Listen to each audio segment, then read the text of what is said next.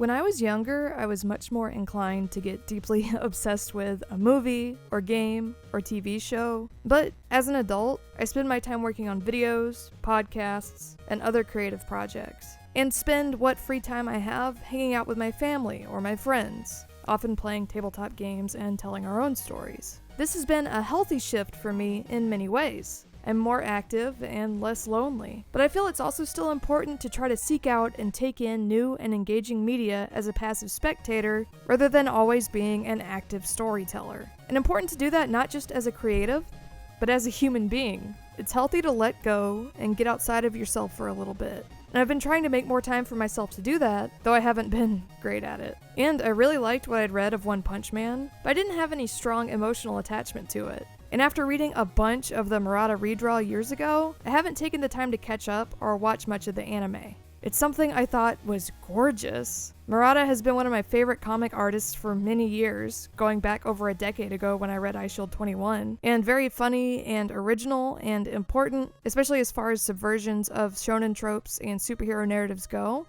but not something I ever held close to my heart. So, when I sat down and watched 2 episodes of Mob Psycho 100 a few months ago, I didn't expect to get completely engrossed in the show and watch like 12 episodes the next day and a bunch the day after that, then eagerly anticipate each episode every week as season 2 continued and ended, and just get completely engrossed in it for a while, and find it to be one of the most joyous pieces of art I've encountered not just recently, but ever. I feel lighter after watching it, and I get emotional just thinking about scenes from it, and with this essay, I hope to communicate what makes it so special and why it hit me so hard. One is a manga artist who created the original comic of One Punch Man that Murata redrew, along with writing and drawing Mob Psycho 100.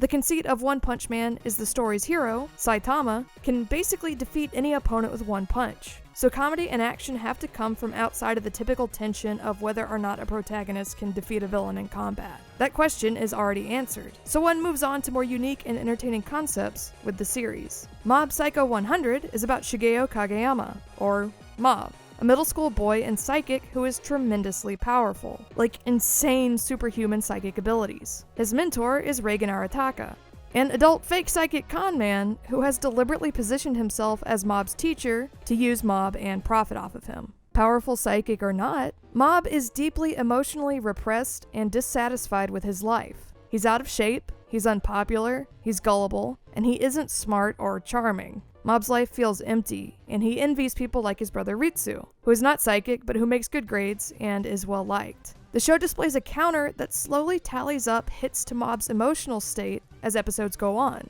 The title, Mob Psycho 100, refers to his emotions reaching the breaking point of 100%.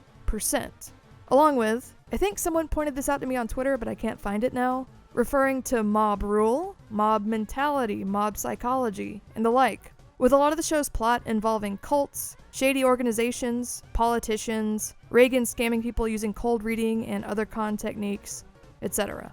I read a bunch of the manga and I definitely enjoyed it, but I'll be focusing on the anime for this video. To me, the anime is a more rounded and emotionally tangible experience, and more of a huge emotional spectacle. But the manga is also great, and truly weird and funny in a grungy kind of way. The vicious juxtapositions in tone and the horror and occult scenes are more impactful in the manga. Like the art style makes spirits feel more threatening, and Reigen feels slimier, and just visually it reads more like an occult or dark comedy series versus the bright and colorful slice of life and action boosts the anime injects it with. The manga overall feels unpolished in an outsider art kind of way, like it's almost deliberately unpalatable while still being very sweet and funny, and like something really cool you might find in a trash can in a back alley. I'd still recommend it, but I'd prioritize the anime, because it respects one's vision and doesn't censor or degrade it, but presents it in a more polished and upbeat way. I decided to put this video in the How This Changed My Life series, only the third in that series with Hot Fuzz and One Piece, primarily because Mob Psycho did have a tangible psychological effect on me and has meant a tremendous amount to me,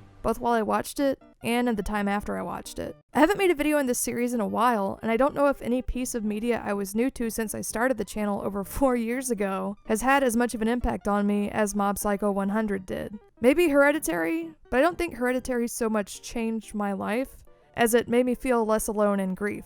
Anyway, that's the primary reason. A secondary reason is that both Super Eyepatch Wolf and Mother's Basement already made really great video essays on Mob Psycho. So unless I think of some other aspect I want to delve into in the future, I decided to make a personal essay rather than a review or a more analytical one. Because they already covered the series just as well as I would have, analytically, and if someone else has already made a great video on the exact same topic from perspectives similar to the ones I'd take, then I have no reason to make that video. Super Eyepatch Wolf's video talks about the manga and about season 1 of the anime, and goes in depth on character dynamics, the strengths of the show's visual comedy, how well it translates one's vision and style, and has a fantastic analysis of the show's visual style compared to other anime, on accusations that it's ugly or cheap looking. Another advantage of having such simple character designs is it's extremely low on line mileage, which means that each character can be drawn quickly and easily, and where this becomes an advantage is that the time saved on drawing characters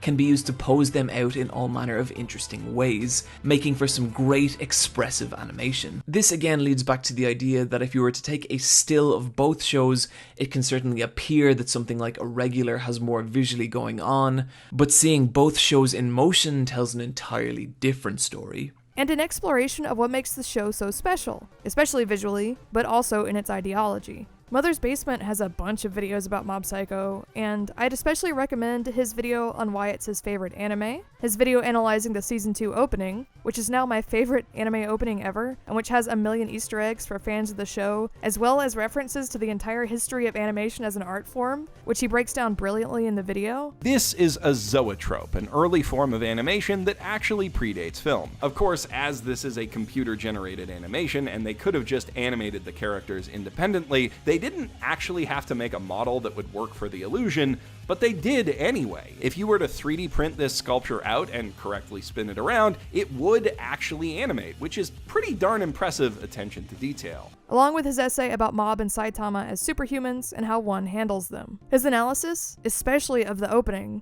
is thorough and engaging, and something I appreciated a lot in his videos was him exploring one's works through the lens of mental illness or having difficulty with social cues. Saitama showing symptoms of depression, Mob having social anxiety and difficulty reading social situations, and how much he related to the latter. Each of these channels talks about Mob Psycho in a way that is both insightful and articulate, and really vulnerable and sweet, which I find very fitting for the kind of show it is. They also both have spoilers, so watch out for that, but I'll link them all in the description.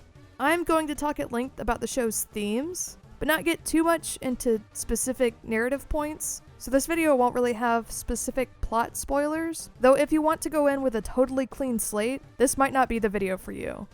My impression, anecdotally, is that millennials are very disaffected as a generation, and my personal life experience has come with a lot of trauma, including a lot of death, and especially as an adult, I have never been the type to respond well to media that I consider saccharine, or overly positive in a false way. I don't begrudge anyone that positivity, or what they get out of media like that, especially people who use it to cope with their own traumas. I don't consider disliking it a mark of maturity on my part. It just isn't for me, and I can't connect with it or take it seriously through that experiential lens. As an example of how obtuse and annoying I can be about this, I really didn't like Inside Out, and I rejected it on a gut emotional level because the traumas and difficulties that film's character experienced did not register on my own arbitrary internal trauma Richter scale. That is not a fair or objective way to look at life difficulties or traumatic experiences, in life or in art.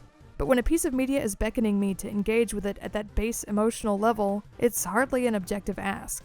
Mob Psycho 100 has a lot of joy in it, but that joy is so well balanced with both relatable and maybe even mundane day-to-day difficulties, feeling awkward in social situations, wanting to be liked, feeling listless, and especially with season 2, the horrible bone-deep pain that can be at the root of those difficulties, or be felt because of them. Mob is a relatable character because regardless of his powers, a lot of his defining characteristics are a match of positive and negative attributes that are all very human. His kindness, his awkwardness, his self-doubt, his gullibility, his inability to stand up for himself, his steadfast and admirable belief in pacifism, given to him by Reagan, actually. 約束しただろ? 人に向けて超能力は使わないって. and how weirdly endearing it is that he loves milk. Mob loves milk. When I was in middle school, I probably would have related a lot to Mob, but as an adult, I actually relate, and relate even more, to Reagan. I'm not a scam artist. I try very hard to be a blunt and honest person, but for me, it's been good to be a little cynical, or world-weary, or aware of what's going on around me, and a little slow to trust people, or to get to know people, and I would say that I'm a pretty confident person, and I feel like a lot of people are too trusting, or too emotional, and that assertiveness and ambition, when tempered with empathy, are great attributes to have. Also, bluntly, my favorite characters to play in tabletop games are inevitably no strength, no magic, high charisma rogue types, and comments on YouTube clips of Reagan joke about how he is that character. It's my favorite archetype, super charismatic, but stupid or petty or weak normie navigating something supernatural or beyond them, and Reagan is the embodiment of that archetype. But when I reflect on it, maybe I wish that I was more like Mob. Maybe it's good to trust people. Maybe it's good to be unpretentious and straightforward and gentle. Maybe I don't know that much better than other people. And maybe I should be more ready to let my guard down. Some of the scenes where I felt the strongest connection to Mob are the ones where he's distracted watching bugs crawl around on the ground, or when he's a complete failure at anything athletic, because those two mirror my childhood exactly. And though I'm around Reagan's age and trying to make a living educating and entertaining people, which to be successful at requires forcing myself to at least try to have some level of assertiveness and charisma and ambition, Mob as a character and his outlook both help remind me that I could probably stand to chill out sometimes. Mob and Reagan are incredible foils, and they teach and help each other so much over the course of the show. If Mob Psycho 100 was just Reagan without Mob as a counterbalance, it would still be fun and entertaining. I've made the Better Call Saul comparison before, and there is no Mob-esque character there, but it would be less hopeful. Maybe I'm projecting, but I also feel like Reagan represents one's beliefs, or one's position in the show as well. He's a sweaty con man, but Reagan, as someone intelligent and observant with no psychic abilities himself, who's reached any success he has through hard work and his understanding of how other people function, is also the mouthpiece for a lot of the show's ideology. Powers are a burden. They stunt your emotional growth, and if you're not careful, keep you from any self-awareness or self-reflection.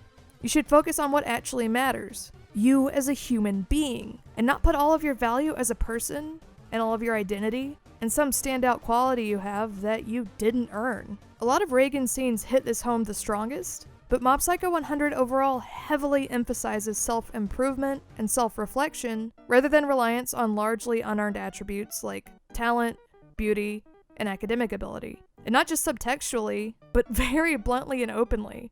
And it's something that I love about the show. Here's a flashback clip from early on in Mob and Reagan's relationship. I don't think it's a spoiler, but if you'd rather experience this in the context of the show, here's a timestamp that you can skip to. 希望に満ちた目で見てくる。重症だこりゃ。稀にいるファンタジー世界の住人だな。適当にあしらって帰ってもらおう。いいか。超能力を持ってるからといって一人の人間であることに変わりはない。足が速い、勉強ができる、体臭が強いなどと一緒で超能力も単なる特徴の一つに過ぎない。個性として受け入れて前向きに生きていくしかないんだ。魅力の本質は人間味だ。いいやつになれ。以上。As an aside, there's a set of characters called the Body Improvement Club, who are a bunch of buff guys obsessed with working out, who are also super kind and encouraging, and like Mob, prefer avoiding violence. Their club is not about getting jacked or demeaning people who aren't fit, or even about feeling powerful or beating anyone in a fight, but about finding fulfillment in exercise and taking care of your body, and improving your health one step at a time. They're wonderful, and they're so sweet and so encouraging, and so ready and excited to celebrate the victories of the people around them. Reagan, these characters, and others are all very different, but their point of view, whether from the outset or after undergoing a painful realization, is that your value comes from improving yourself and being the best person that you can be, rather than leaning on what you were born with or given unfairly and making that your whole identity. The show and its characters also hammer home, over and over again, that if psychics and superpowers were real, the idea of making children and teens fight each other is horrific And Mob Psycho 100 is a seething indictment of other shonen and teen superhero series, and how they portray superpowered children, and what they put those children through. You just kind of imagine like Hunter x Hunter or something, and Reagan coming in and just screaming like, "What are you doing to these kids? They're kids! This is weird, let them just be kids!" As far as criticisms, there are definitely some great female characters in the show, especially the head of the telepathy club, who is obsessed with aliens and is very funny, and the really driven and a little bit conniving student journalist character. But as far as the, say, 5 core main characters of the show, which I'm not going to spoil except for Reagan and Mob, none of them are female. The Mob Psycho fan wiki, for some reason, has male and female character categories, and there are 72 male characters listed versus 15 female. It's not a misogynistic show or a gross or exploitative show, but I do wish that women had more screen time. Also, I'm sorry, I do not know what the hell is happening here. I don't know what this is. I don't know what to say about this, except I wanted to warn viewers that this was in the show. This is pretty bad. I don't know if there's any explanation that could be given for this that isn't just sort of like, it's pretty bad. It's pretty gross. Every time this character comes on screen, I'm like, why is this happening? And I would also recommend watching the subtitled version. Not because I'm a purist, but because Reagan's English voice actor is evidently a horrible person, who I had heard from someone I know was a creepy weirdo, and who has been on a Tumblr abuse apology tour as of late, and I don't like supporting media starring creepy, abusive people. So maybe watch the Japanese version instead. The character of Reagan Arataka has an understanding of how people work. And where he lands based on this understanding, especially through his mentorship of Mob, is a very beautiful and moving place, especially as you watch both him and Mob mature throughout the series. Mob Psycho 100 is a tremendous aesthetic high, is hysterically funny, has well-written tonal juxtapositions, and is moving and deeply human. You see people stripped down to their essences and at their most vulnerable, dealing with embarrassment, trauma, pain, loneliness, and alienation, going very dark places to show you how to dig your way out of them, with the emphasis always on kindness and forgiveness and love and self-actualization through these things, rather than through domination or superiority, because we are all just human, and what gives someone value is separate from their talents, appearance, social status, or whatever. It's an over-the-top show full of gags and spectacular action sequences, but the real value of Mob Psycho 100 is what it, again and again, encourages viewers to seek in themselves and in others. I'm not the easiest person to get through to, but because it is not saccharine, and because of the absolute sincerity of how the show expresses these values, along with the humor and maturity it displays while expressing them, it hit me really hard, made me very happy while watching, and after watching, made me feel happier and a little more open and a little more hopeful as a person. And it pushed me to want to express those same values in the work that I make. So, you should check it out. Thank you for watching. There's so much more to it, especially plot-wise, that I didn't even begin to touch on here, even stuff that's in the first several episodes. Because I went in knowing, I think, basically nothing about it, and I want people who see this to be able to experience it that way on their own as well. Though, again, the videos I mentioned go further than I did, so if you're still not convinced and don't care about spoilers, be sure to check those out. If you enjoyed this video, please consider supporting my work on Patreon. I also have a Ko-fi for one-time donations. If you enjoyed me talking here about media that changed my life, you might also enjoy my Hot Fuzz or One Piece videos. Anyway, go check out Mob Psycho 100. And thanks!